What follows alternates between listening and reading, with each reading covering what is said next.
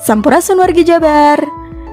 Setelah adanya aksi demo pada Sabtu 30 Agustus 2025, kini ruas jalan di sekitar Gedung Sate sudah kembali bersih dan rapi. Pada Minggu 31 Agustus 2025, tim URC Dinas Bina Marga dan Penataan Ruang Provinsi Jawa Barat langsung bergerak cepat. 120 pekerja diturunkan untuk melakukan pembersihan di ruas jalan provinsi sekitar Gedung Sate, mulai dari Jalan Hayam Muruk, Diponegoro, Arya Jipang, Majapahit, hingga Jalan Sentot Alibasyah. Langkah ini dilakukan agar kenyamanan penggunaan jalan tetap terjaga sekaligus memastikan kawasan sekitar Gedung Sate selalu bersih dan tertata. Dengan adanya kerja cepat dari tim URC Pemprov Jabar, sekarang masyarakat bisa kembali beraktivitas dengan lancar, nyaman, dan aman.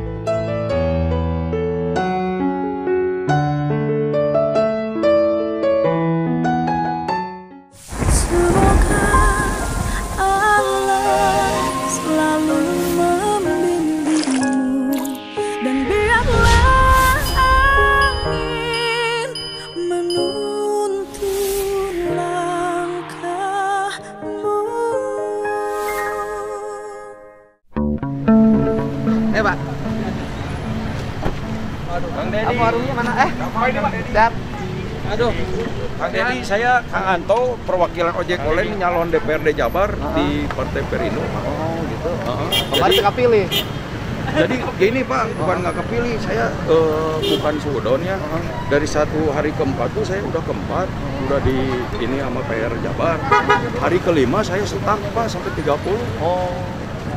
Ya saya ini minta Pak, ojol itu jujur Pak, dia tidak kalau demo dia biar nggak ini, nggak macet. Sini. Ya, ini yang punya warung. Mana warungnya? Sini. Ya, warungnya mana? Warungnya di mana asalnya? Oh, di sini. Di dalam. Ini. Warung ini tadinya ini tanah siapa yang kosong ini? Tanah ayam Pak. Hah? Enggak, artinya ini rumah apa gang? Rumah Pak. Oh, ini tuh rumah. Iya. Rumahnya di sela-sela ini? Iya, di sela-sela ini. Oh, jadi ini rumah. Orang tuanya ada.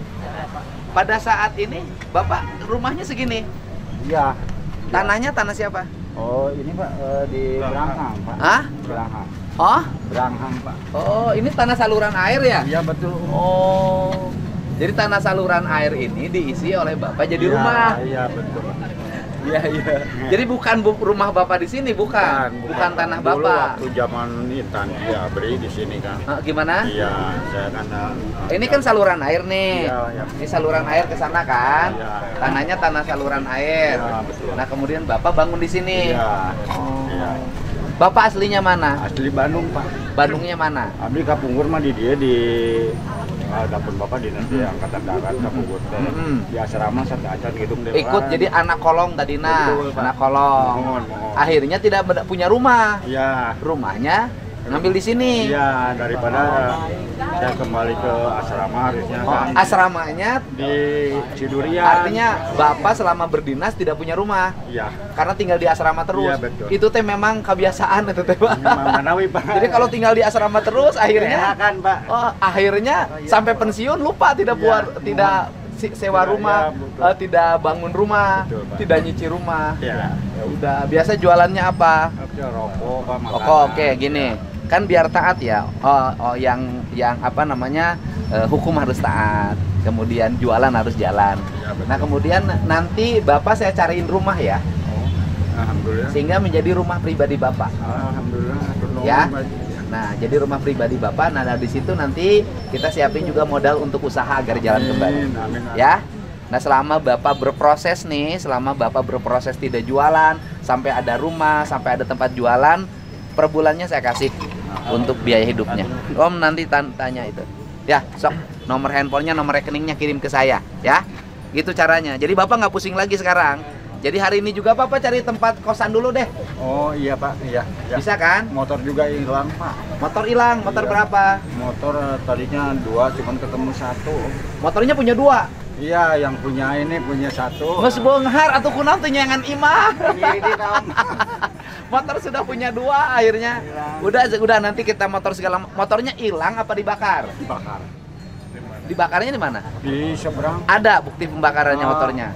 Soalnya kan sekarang tuh jangan sampai sebenarnya motornya dicuri. Iya. Ada yang nyuri. Mungkin juga. Kan kalau dibakar kan pasti ada nih rangkanya di mana? Ya, Ada rangkanya. Saya belum nggak ketemu. Oh, motornya jadi motor Bapak kayaknya motornya ada yang nyuri itu mah. Yang nyuri ada yang nyuri. Nah, motornya nanti gini, yang motor kalau yang nyuri lapor dulu di polsek ya. Biar ada bukti pencuriannya. Sehingga kalau saya ganti kan saya punya bukti bahwa Bapak tuh hilang karena saat ketika peristiwa demonstrasi, ya. Iya. Gitu ya. Udah, Bapak nanti cari untuk itu dulu, tempat kosan dulu ya. Ya.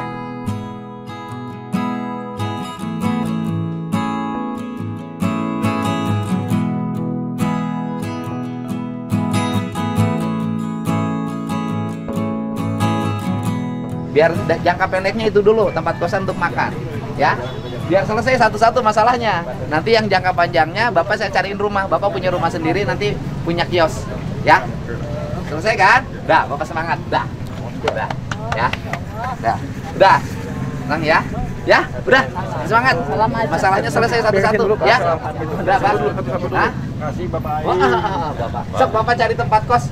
Kan butuh biaya makan segala macam bisa gitu cepet. Ya. Udah, nomor rekening udah punya ada. Nanti selama Bapak belum dapat jualannya tiap bulannya saya kirim untuk biaya hidupnya 3 juta per bulan. Sampai Bapak bisa usaha lagi.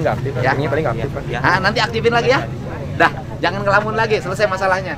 Ya. Dah, yuk. Ya. Oke, ya siap. Nah, Bang Deddy, ya. Gerindra. Jadi lah jangan ngomong partai dulu sekarang mah.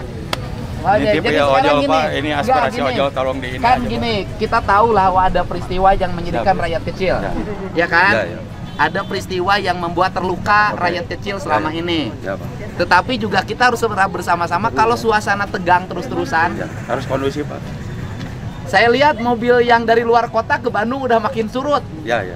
Kalau mobil dari luar kota ke Bandung makin surut, maka warung sepi, hotel sepi, inflasi, Pak. rumah makan sepi, Ya Pak. Gojek, GoFood sepi. Yang susah siapa nanti? Kita juga. Rakyat Pak. kecil juga. Ya. Jadi Harus bersama-sama, Pak. makanya kan yang pertama pemerintahnya harus merespon kesulitan rakyatnya dengan cepat. Bagus Pak. Ya kan? Yang keduanya rakyat juga harus menurunkan tensi emosinya. Benar. Agar tidak ada rasa takut. Ya. Kalau semua orang nanti punya rasa takut, orang-orang kaya di Indonesia kabur semua. Ya betul. Ekonomi macet nggak? Macet. Kabur semua, duitnya dibawa ke Inflasi, luar Pak. negeri. Ya, Pak. Dibawa ke luar negeri. Yang nganggur kan rakyat kecil. Ya. Pengusaha mah Pak, pergi dari Indonesia dia hidup nyaman di luar negeri. Ai urang nu leutik, lamun pabrikna tutup. Ribu, ya. Ini yang harus kesadaran kita. Ya. Kasih. Kasih. Ya. Ya. Dipayun. Ya. Nanti ini ditutup Om, takut ada celaka. Sekarang Pak. Telepon. Masuk tutup ini, nggak boleh nanti takut ada yang celaka. Ya. Baik. Ya. Ya, siap. Ada yang ambek ya. Bapak. Ya. Oke. Dua. Kasih. Ya, siap. Ya. Ya. Mohon.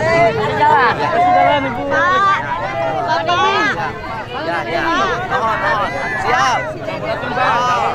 Siapa? Ayo Bapak.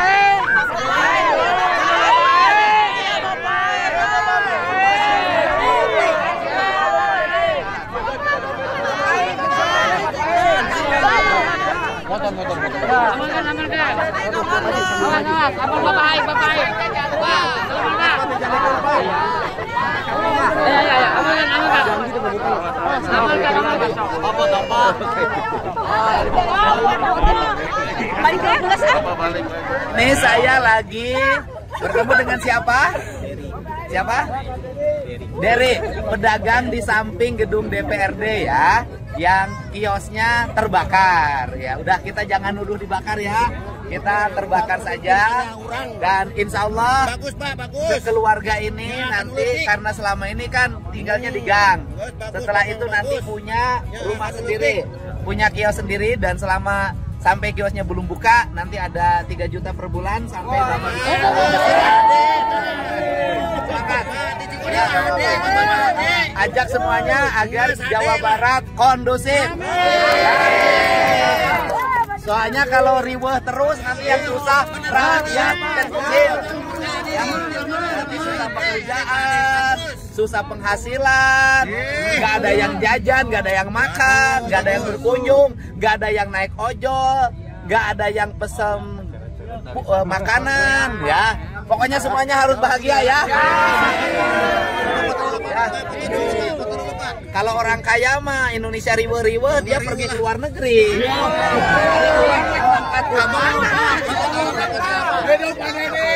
Asik, Mas Ade, sehat ya, nuhun ya. Dah, nuhun ya.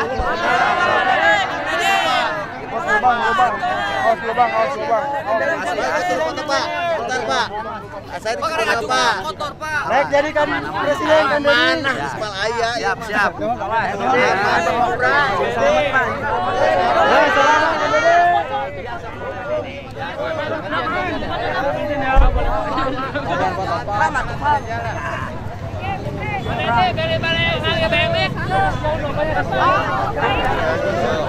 Jalan, awas kasih jalan.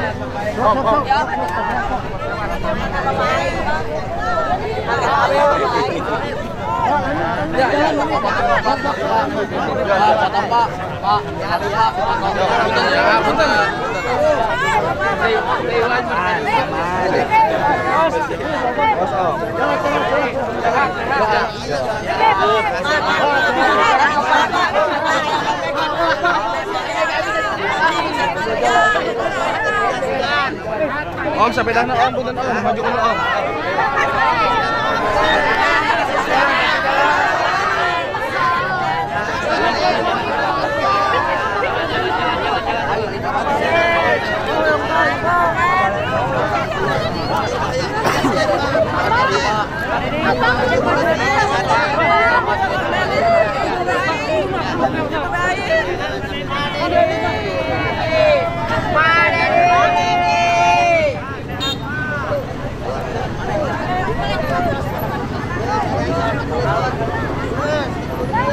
Bapak Dede. Pak Dede. Pak Dede. Pak Dede.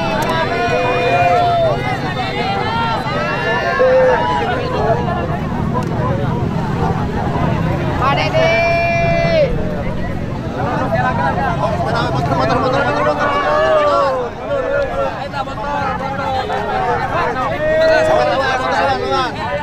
Bapak kurang kali masuk sampai jalan.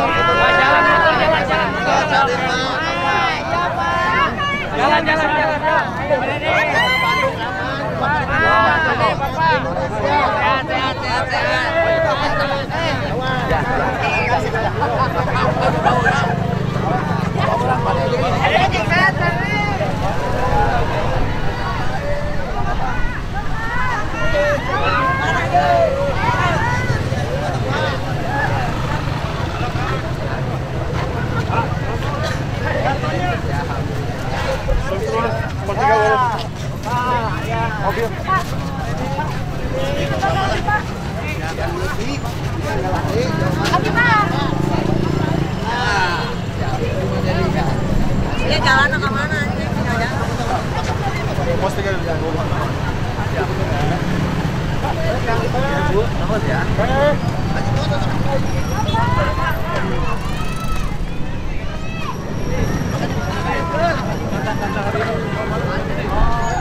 Masa lalu biarkan pelajaran, masa depan harus menjadi harapan. Ubahlah perilaku buruk, lihat caranya secara nyata. Iya,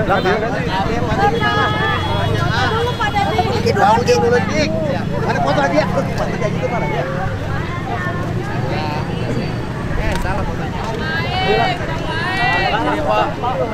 Ayo foto ya lah. Ya, Bapak, ayo Pak. Ya, salam buat Anda. Tetap semangat. Semangat, semangat. Yang berkah. Amin. Negara semakin diberikan perlindungan pasangan yang terbaik. Amin. Pak Dedi. Bentar Pak. Pak, tadi mah pakai helm tuh. Tadi mah pakai helm udah jalan. Foto dulu. Foto dulu. Sambil jalan Bapak, sambil jalan. Balik Pak. Kelak sini Pak. Sambil jalan. Nun. Ada yang urang malah. Habis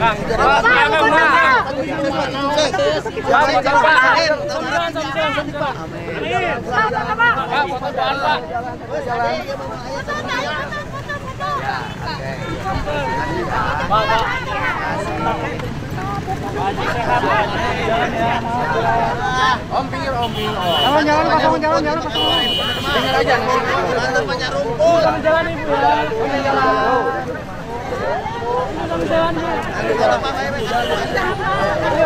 Sambil jalan. Sarangan bunga doang kemari ke Bapak. Karunya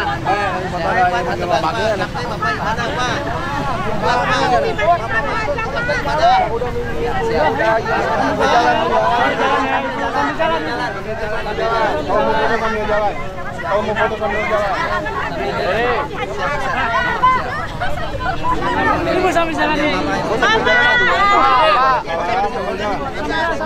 Ngomong masuk sambil jalan.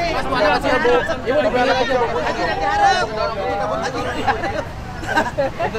foto sok kurang foto. Hajina diharap kurang foto. Kurang foto gitu.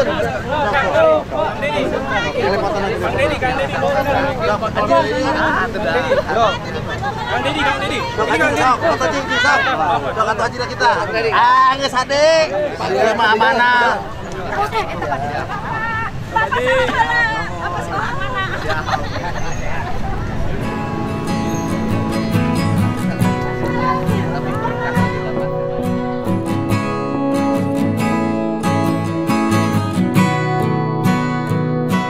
Enggak, kan sudah ada kan kerusakan itu nanti segera kita perbaiki.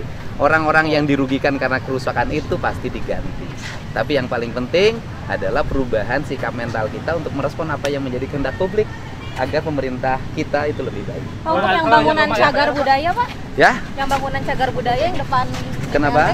Yang di lapangan. Ya, kan saya bilang kalau kerusakan itu mudah untuk kita perbaiki, nggak ada problem.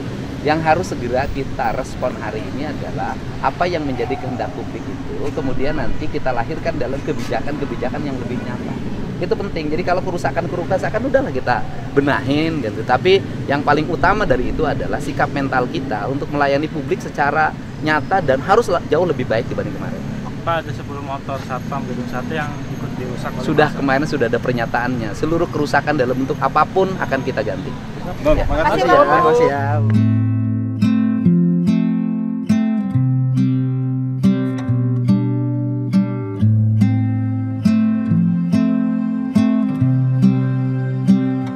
Hari ini kita bisa melihat ada gejolak publik yang secara terus-menerus dan seluruh gejolak itu tidak bisa dihadapi dengan sikap-sikap emosi dan represif. Tetapi harus dihadapi dengan bagaimana kita memahami perasaan pikiran mereka yang hari ini sedang dilanda oleh kekecewaan dan kemarahan. Ya, kekecewaan dan kemarahan itu saya nggak usah menuduh orang lain, itu ditimbulkan oleh diri saya sendiri misalnya, atau diri aparat dan pejabat lingkungan Pemprov Jabar misalnya, itu bisa terjadi dari proporsi yang kita miliki hari ini gitu kan.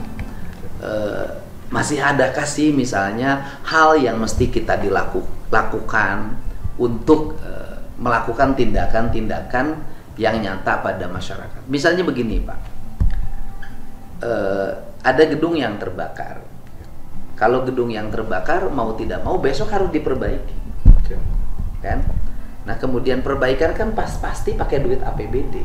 Pasti Pak. Iya kan Pak? Betul. Nah duit APBD ini kan kalau kita tidak cermat, itu bisa jadi kita motong belanja kesehatan, motong belanja pendidikan, motong belanja infrastruktur yang untuk rakyat, motong beasiswa, itu motong jaminan untuk masyarakat yang sakit. Selama ini kan kita selalu cover lah pemerintah provinsi ini dengan berbagai hal kesulitan kita hadir. Terus kemudian kita juga harus ganti motor-motor yang terbakar, mobil yang terbakar, kemudian juga warung yang terbakar, rumah makan yang terbakar. Tidak boleh ada kesulitan baru bagi mereka, dan itu saya lihat akan mencapai angka yang fantastik, ya. Nah, tetapi kita belanjanya itu nggak boleh juga itu ngambil lagi jatah publik. Nah, dari sisi alokasi yang kita miliki, masih adakah celah untuk kita mengoreksi kembali, menunda belanja-belanja yang tidak penting dibuat menjadi belanja yang penting? Ya, terima kasih Pak Gub. Dari apa yang terjadi beberapa hari ini memang pada akhirnya sesuai dengan apa yang disampaikan Pak Gub, akan kembali ke kita juga, APBD provinsi lah atau kota kabupaten yang kemudian harus menanggung beban itu. Dan potensi tidak tercapainya belanja, Pak, termasuk pendapatan, karena secara perekonomian akan terdampak. Ekonomi akan terdampak, pajak pendapatan pajak akan mengalami penurunan. Betul. Ya kan? Ini juga kita ini akan menghadapi situasi seperti itu. Sulit, kemudian tetapi kita harus tetap optimis. Nah, di pos mana saja yang masih punya potensi ya? Saya nggak usah jauh dulu deh. Di lingkungan sekretariat daerah Provinsi Jawa Barat yang itu di bawah Sekda dan langsung saya yang nanti mengendalikan. Masih ada nggak pos yang bisa digunting-gunting, digeser-geser? Ya. Secara umum sebetulnya kita sudah melakukan penyesuaian terhadap perubahan APBD sesuai dengan skala prioritas yang disampaikan Pak Gub selama ini.